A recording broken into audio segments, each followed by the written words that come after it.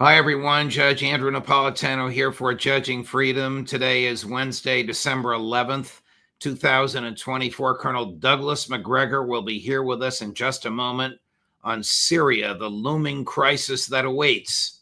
But first, this. We're taught to work hard for 35 to 40 years. Save your money, then live off your savings. Unfortunately, there are too many threats undermining the value of our hard-earned dollars. The Fed's massive money printing machine is shrinking your dollar's value. Just the cost of groceries is absurd. Let me be brutally honest. I think the dollar is on its way to being extinct, not just here, but globally. The BRICS nations, led by Russia and China, threaten to remove the dollar as the world's reserve currency. Central banks have been shifting away from the dollar and into gold. And if we go to central bank digital currency, that will not only destroy the dollar, but we will lose our freedom. We will lose our privacy. They can track anything we do. You need to take care of yourself and your family. So here's what you need to do. Immerse yourself in knowledge and information. The writing is on the wall. Now is the time to consider shifting some of your dollars into gold and silver as your bedrock financial asset. Call my friends at Lear Capital, the leader in precious metals, investing for over 27 years. They helped me diversify into gold and silver. They can help you too. Call Lear today at 800-511-4620, 800-511-4620, or go to learjudgenap.com. Colonel Macgregor, welcome here, my dear friend. I have a lot of questions to ask you about Syria, but before we go there, a little bit about South Korea.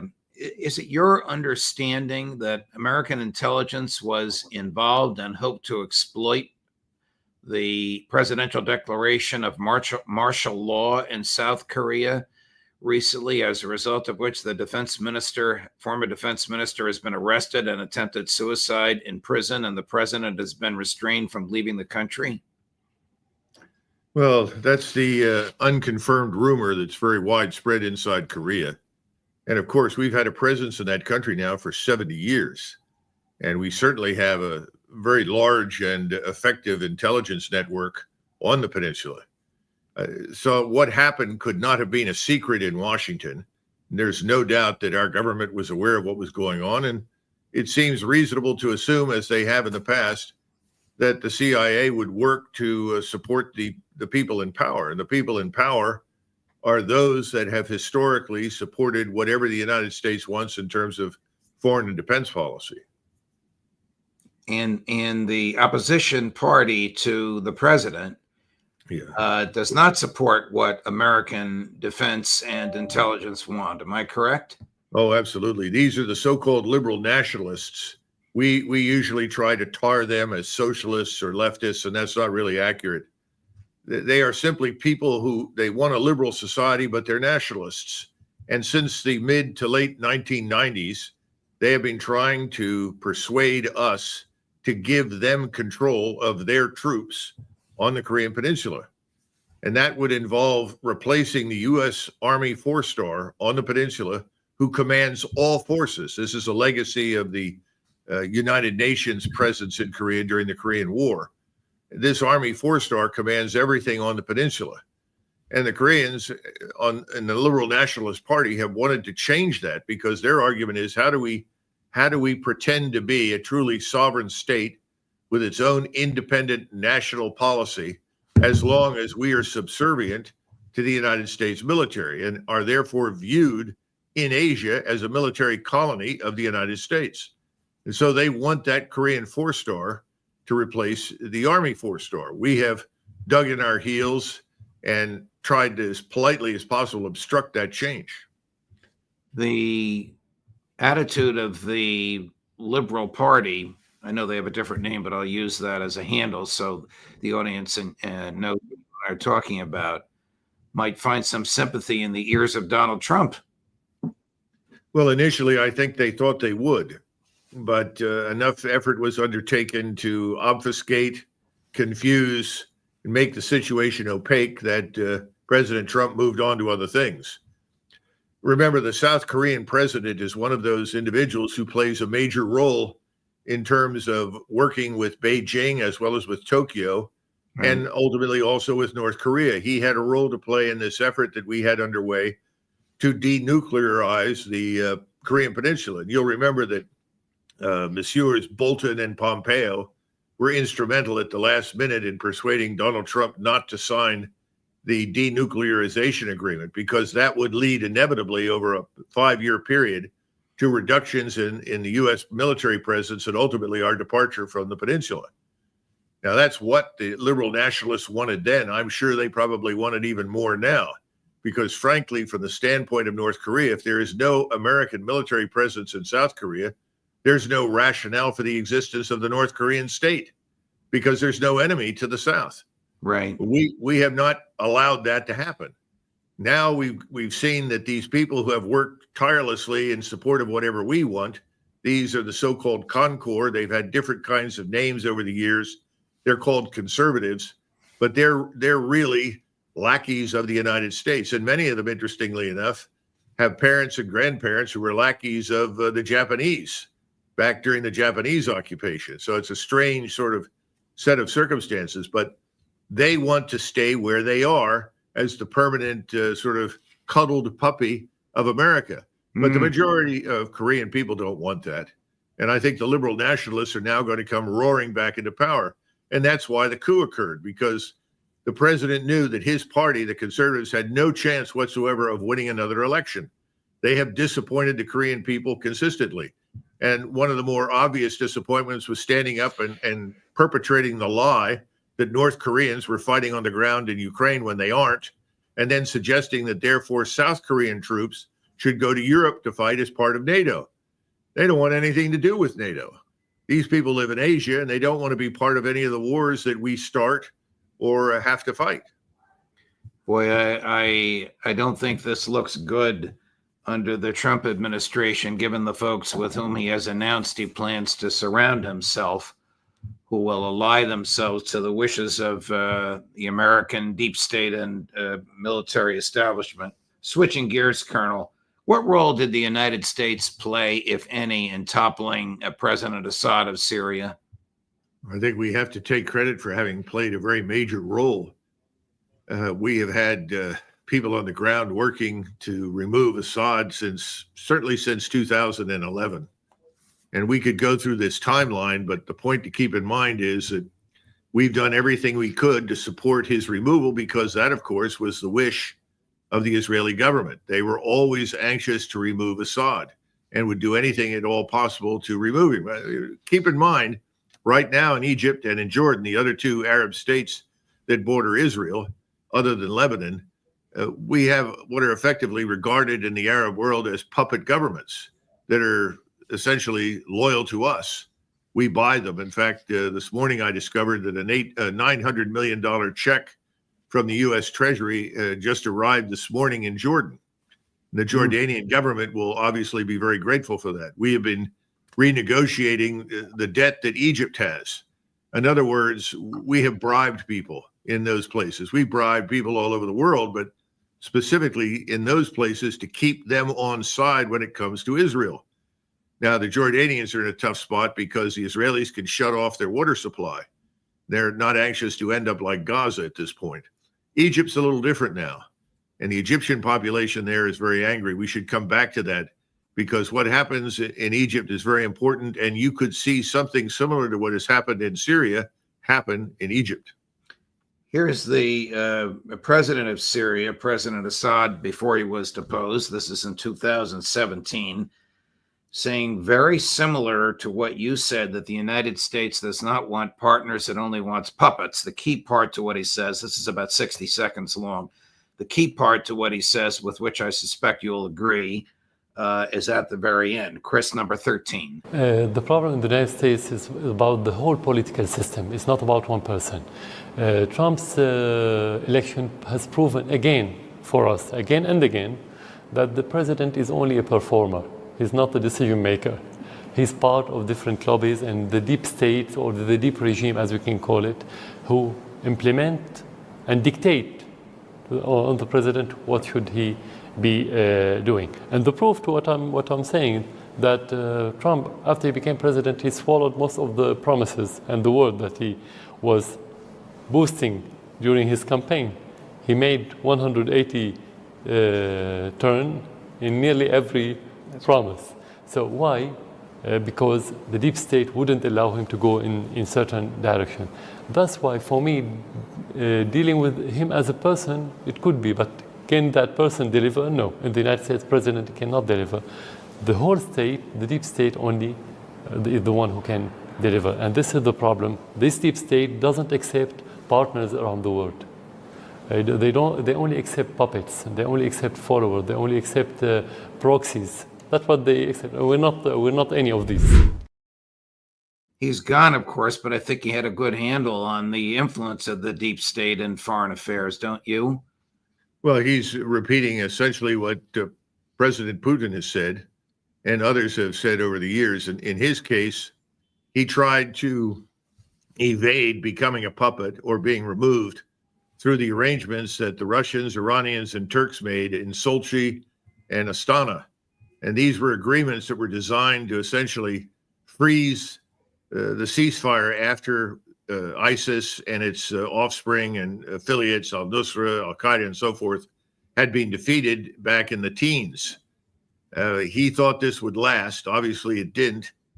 It was never a perfect outcome because there was a Kurdish state emerging in the northeast of Syria, and the Turks had moved into and occupied a portion of northern Syria and then created, under Erdogan, this enclave of radical Islamists, essentially the survivors of ISIS, and nurtured them over the years and prepared them for what they're doing now. We've also done the same thing in the enclave that we control over on the border with Iraq. We've repurposed many of the same people, roughly 11,000 of them. And about 17, 18,000 more were under Erdogan. And of course, Mossad was involved with the CIA and MI6 in the equipping and training.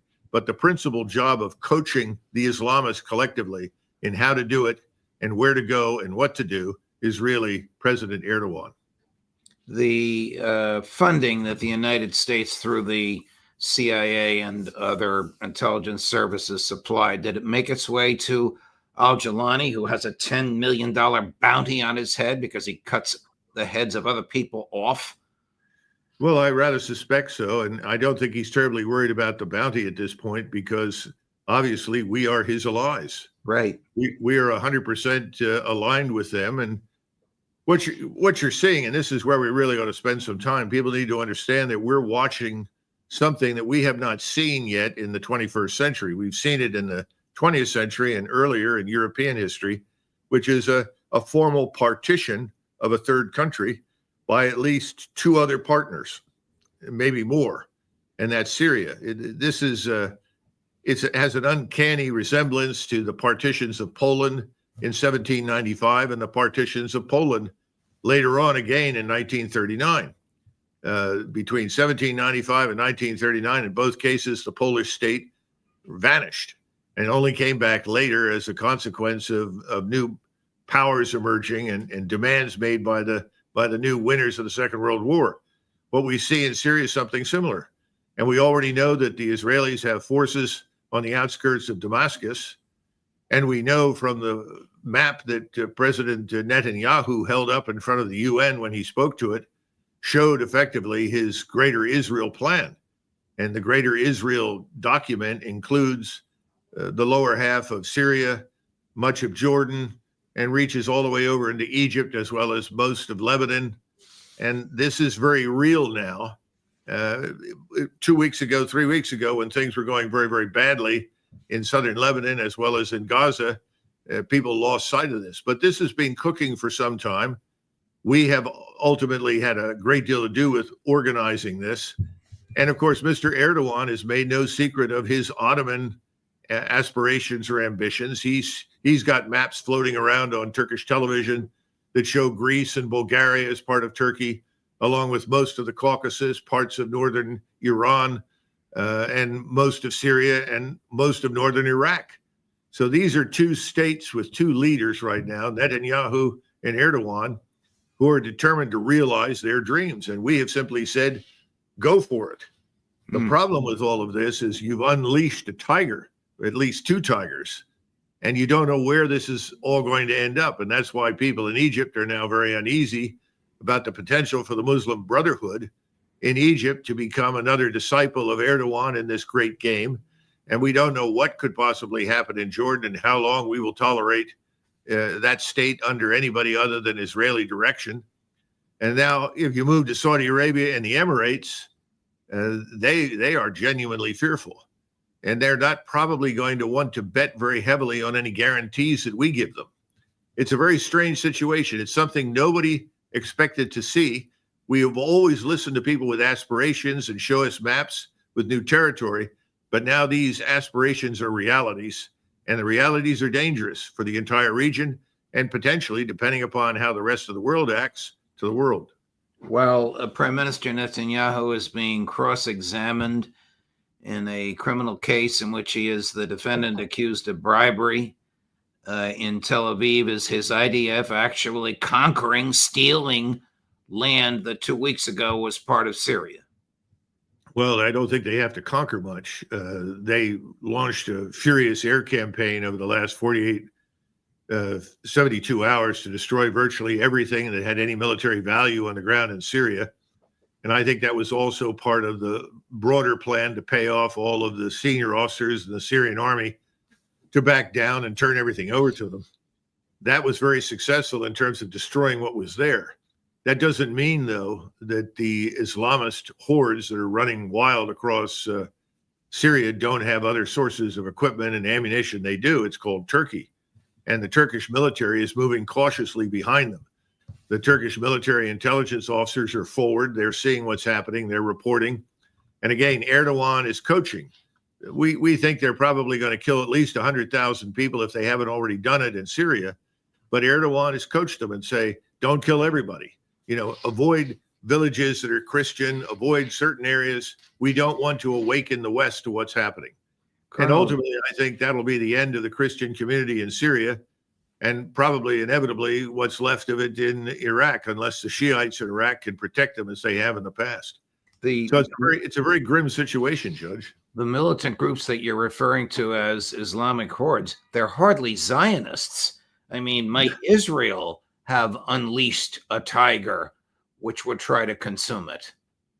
No, I think that's true. And if you just take a step back and think back to 1939, Guderian, who commanded forces in Poland, was sent to the demarcation line to meet his Soviet counterpart, where they would agree to the final line of demarcation between Soviet and German interests in 1939.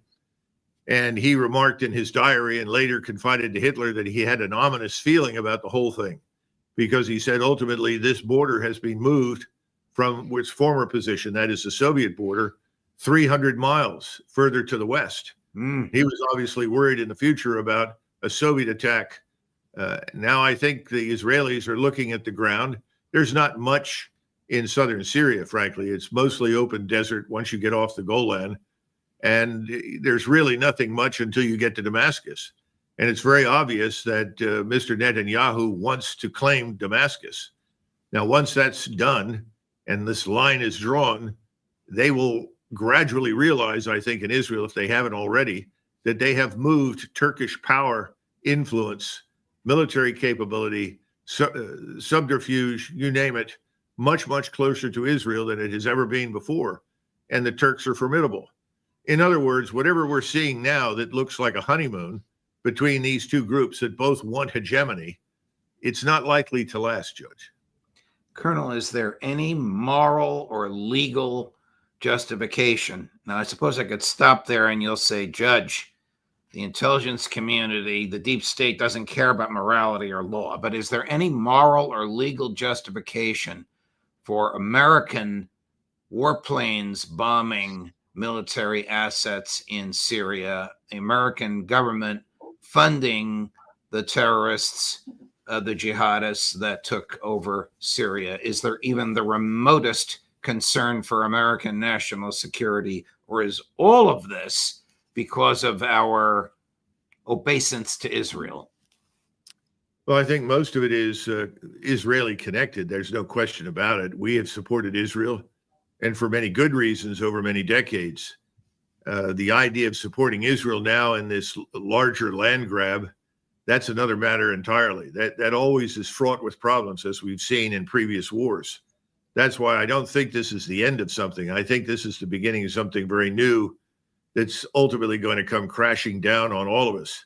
Now, at the same time, America has always been very myopic about seeing its potential opponents or adversaries or enemies. We obsess over one. The Israelis demonized Iran and saw to it that Iran was the ultimate evil that had to be crushed. We have adopted that position.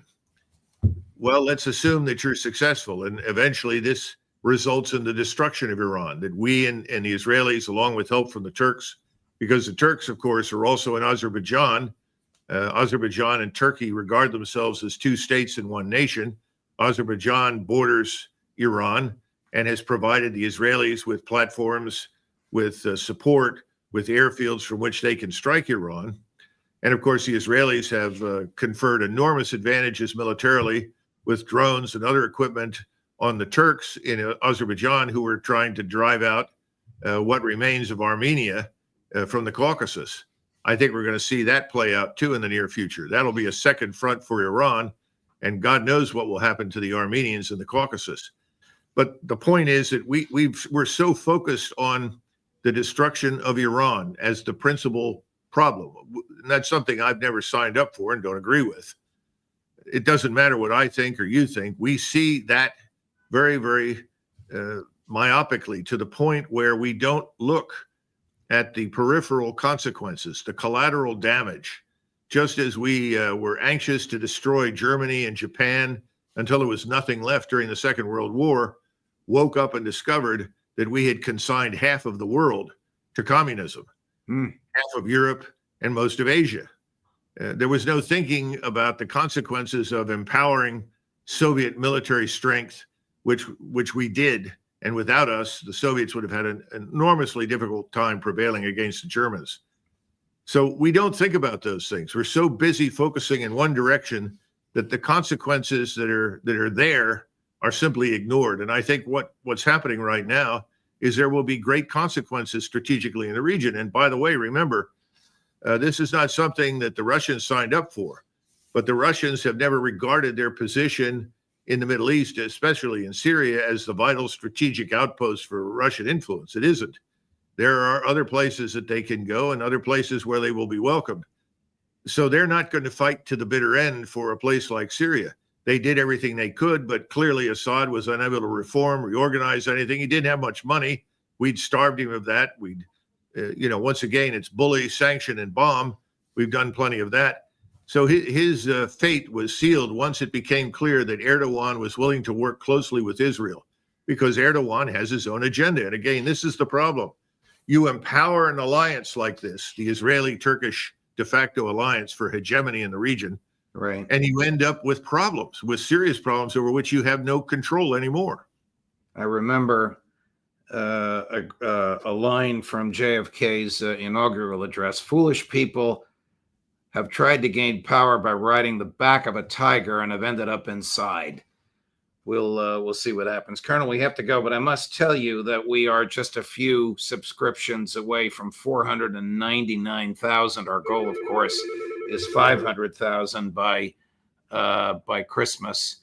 I'm very happy, Judge. I would just like to make one final observation. I don't know whether or not everyone is aware of it, but the spokesperson in Moscow, this very striking lady who speaks beautifully, she announced today that all Russian citizens have been urged to leave the United States.